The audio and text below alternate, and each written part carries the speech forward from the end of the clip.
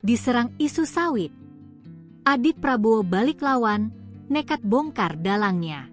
Wakil Ketua Dewan Pembina Partai Gerindra Hasyim Joyo Hadikusumo membantah jika Presiden Prabowo memiliki lahan sawit di tanah air.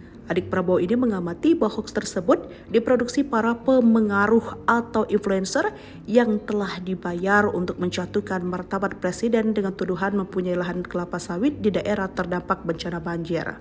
Prabowo tidak punya lahan sawit 1 hektar pun di bumi Indonesia, ujarnya dalam perayaan Natal gereja-gereja Sumatera Utara di DKI Jakarta, Jawa Barat, Banten tahun 2025. Hasyim mengatakan ada aktor yang menyebarkan fitnah bahwa Prabowo memiliki lahan sawit.